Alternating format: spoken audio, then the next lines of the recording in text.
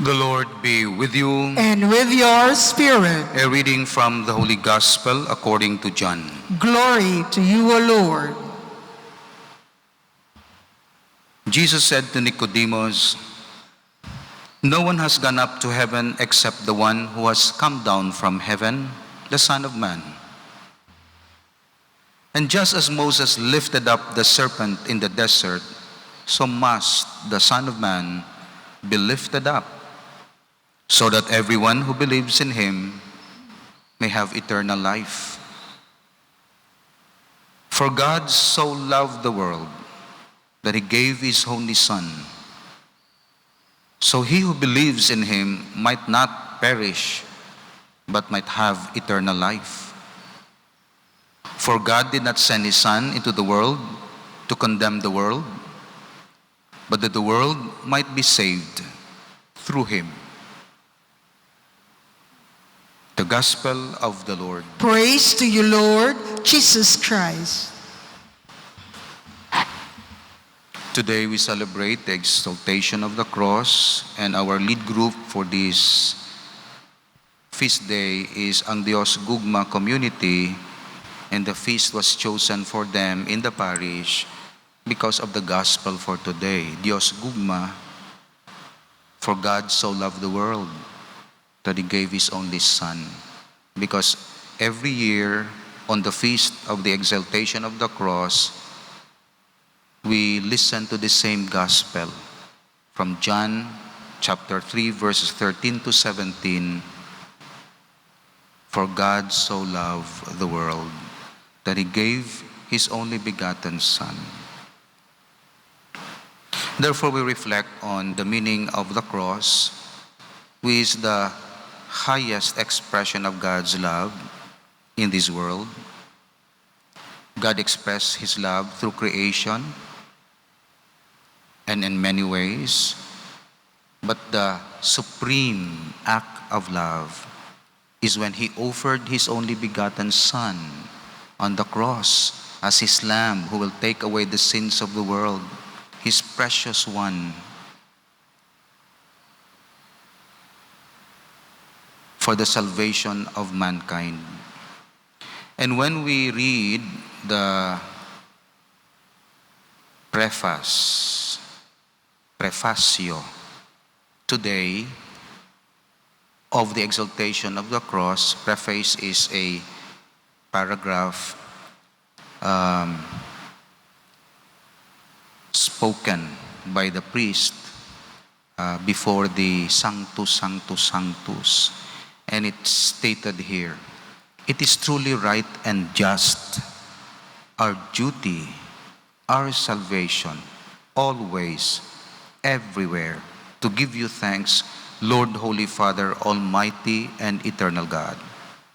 For you placed the salvation of the human race on the wood of the cross, so that where death arose, life might again spring forth, and the evil one who conquered on a tree might likewise on a tree be conquered through Christ our Lord."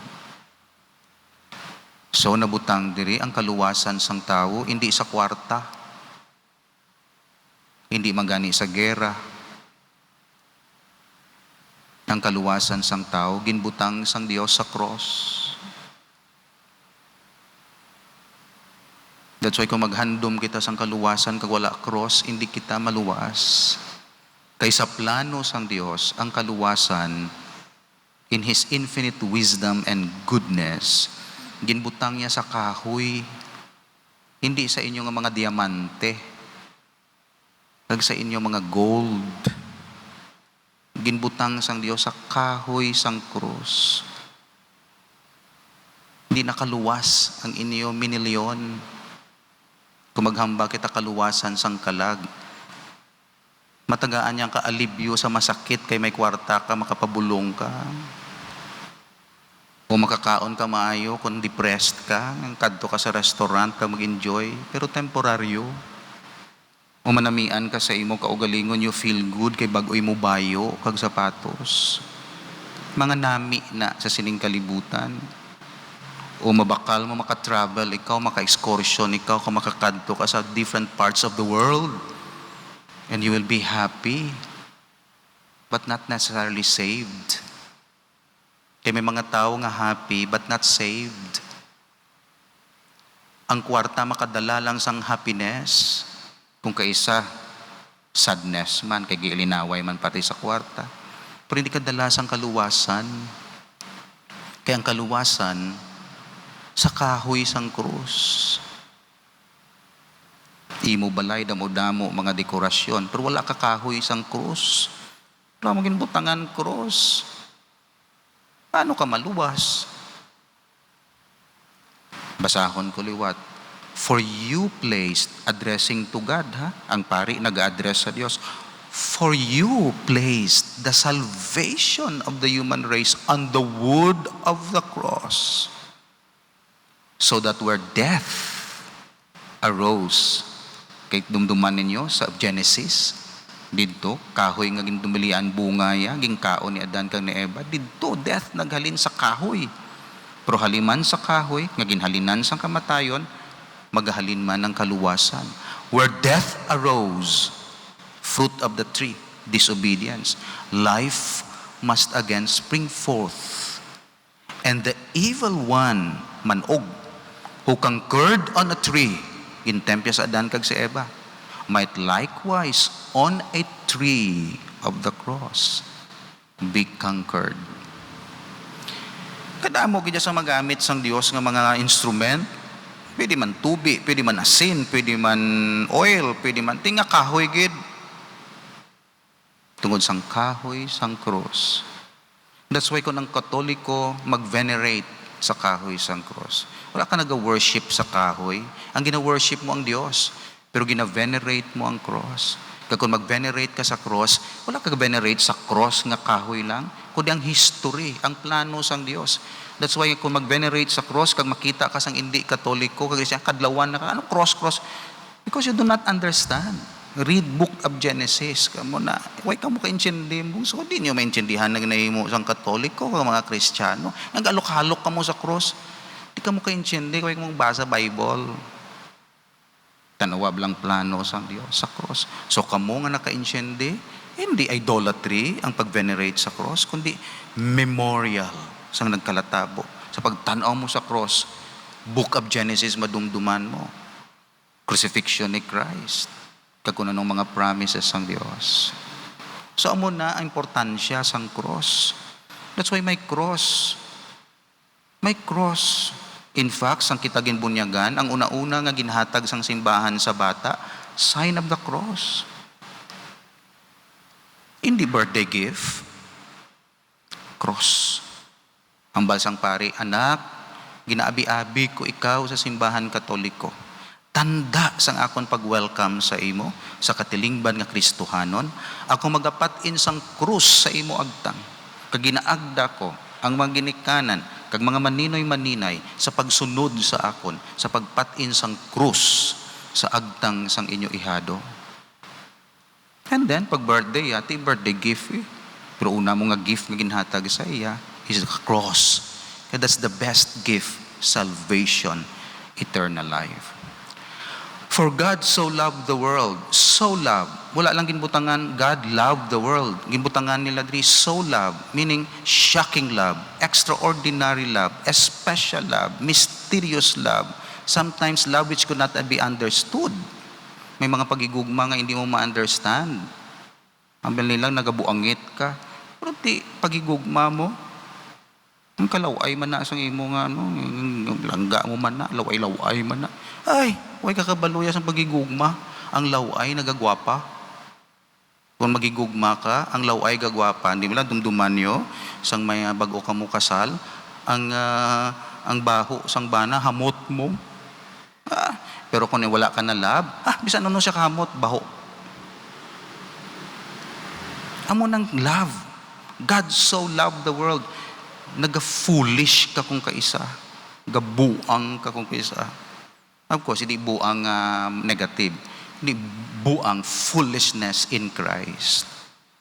Ng wisdom of the world, ano na? Pero Mag-love ka. Ano ka mo nga klase? Simba-simba ka mo, tapos ilagaw bala ka mo kung Domingo, kag magano, nagag ka mo da ka mo sa Diyos gugma na, ano nagkwaon mo da, ano ka mo, wala ka lang kabalo, kay hindi ka in love sa Diyos. Pero kung in love ka sa Diyos, in love ka, do ihatag mo bugos mga tiyempo sa iya, bugos mo nga kabuhi, give up mo, pati sala mo, give up mo. Pero kung di ka in love ka bala, hambalang nobya mo, bayain mo panigarilyo, o tungod love mo, miga mo, ready ka magbiya ay, amo ng love. Powerful para mag-reform sa tao, kang mag-improve sa tao. God so loved the world. Bisan ang Diyos mismo na afektuhan sining love. So loved the world. Kag anong so love? That He gave His only Son. So he who believes in Him might not perish, but might have eternal life. So love is giving, and giving the best. His only Son. Love the world. Paanong world ngayon eh? Lain-lain ang klase sang love sang Diyos according sa Bible. Una, providential love. Ining providential love, wala ga discriminate. Ginapaulan niya sa makasasala, kag hindi makasasala. Ginapainit siyang adlaw sa nagasimba, kag wala gasimba sa iya. Ginahatagan niya sang hangin ang mga nagatuo, kag wala gatuo sa iya. It's what we call providential love. Wala siya ka-discriminate nga klase sang love. Love ina sang Diyos. Pero ang Diyos, hindi lang providential love. May ginatawag siya nga ginatawag naton conditional love. Kabalo ka mo nga may conditional love man ng Diyos. Ang conditional love, kung hindi ka magtuo sa iya, hindi ka masalbar. Hindi na niya providential love ang kaluwasan. Nature, providential love. Pero kaluwasan, no. Conditional love. Conditional, hindi sa iya parte, sa imo. Kung hindi ka magtuo, di mo na iya decision. Kung magtuo ka, hindi ka mag-perish, and you will have eternal life. That's why may impyerno. Ang impyerno, eternal separation from God, hindi tungod nga gintugas ang Diyos, kundi gusto mo ang impyerno.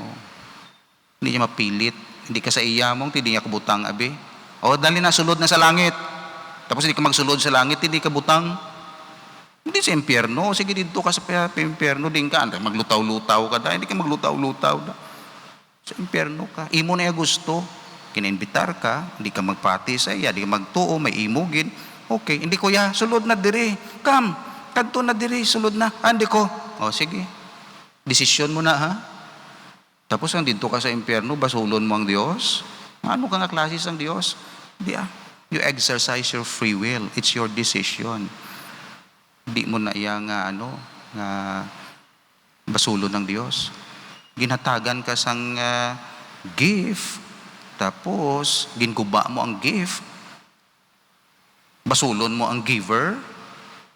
Ako hatagan abi ako sang gift, tapos abusaran ko ang gift, kaya naguba, basulon ko ang giver, nga tagaan mo ko gift, tinunto ng imuya, ano na klase sang tagaan ka na gani gift, tapos ginabusaran mo, ibalik mo sa ako ng imo basol, nya life diri, tagaan mo kami, tapos suffering, ginpatil sa imong garden, ginpatatap sa imong garden, tapos ginabusaran mo, napilas ka dira, basulon mo ako, kay gintuga ko ang garden, ay binuang.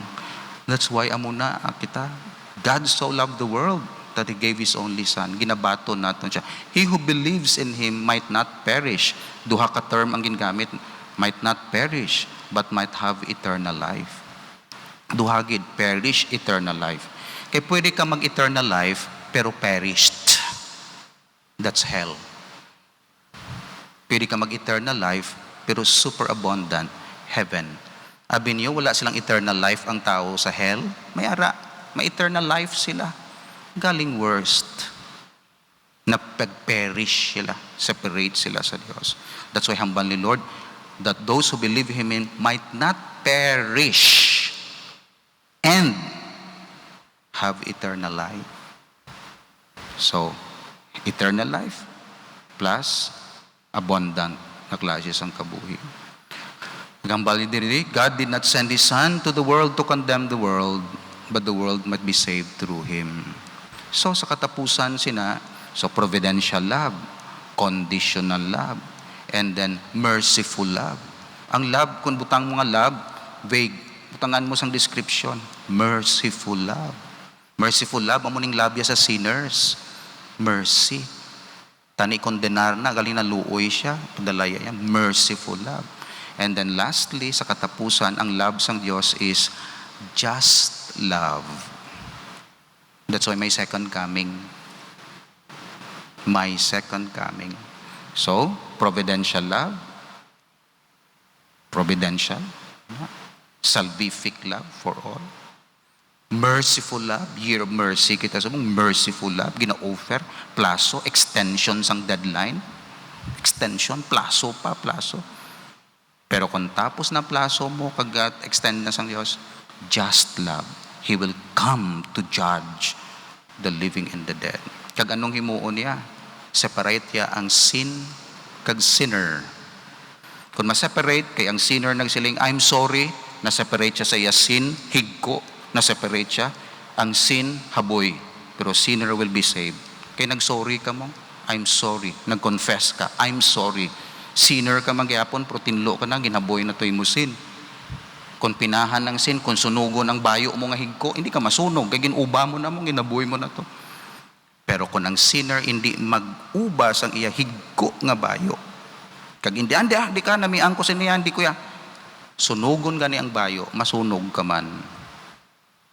That's why mo nang sa last judgment, mga sinner, nagintagaan sang chance to be sorry, kag separate sa sin. Di sila mag-separate. That's why hambal sang Diyos, well, kung hindi ka mag-separate sa imo sin, masunog ka upod sa imo sin. Kag imo na yung decision. That's why kita, sinner, pero from time to time, ginaubat ang higko nga bayo. Confession, sorry. Kag hindi kita madakpan, hamuto ang sunugon sa Diyos. Kita iya masalbat. Once nga hindi ka magseparar, kada gabi, sa contrition, examination of conscience, madakpan ka, wala na mahimo ang Diyos, kay nagtapik ang sala sa sinner. Kag once nga i-condenar ang sin, the sinner will be condemned also. That's why, Lord, thank you sa siningi mo cross, simbolo sang kaluwasan, simbahon namon ikaw, tahuro namon ang cross, pero from time to time, magahinunusol kami, good maseparar kami sa sala. God loves the sinner, but hates the sin. Pero kung tapik sila nga duha, budlayan ang Diyos maglove sa sinner tugod may sin nga nagatapik sa iya. So the best way, be sorry. Confess your sins. Amend your life. Amen. God the Father, to separate the sinner from his sin, you sent your Son to die for everybody so that the sins may eventually be separated from the sinner. Thank you for your method. Thank you for your love. Thank you for saving us. You who live and reign forever and ever. Amen.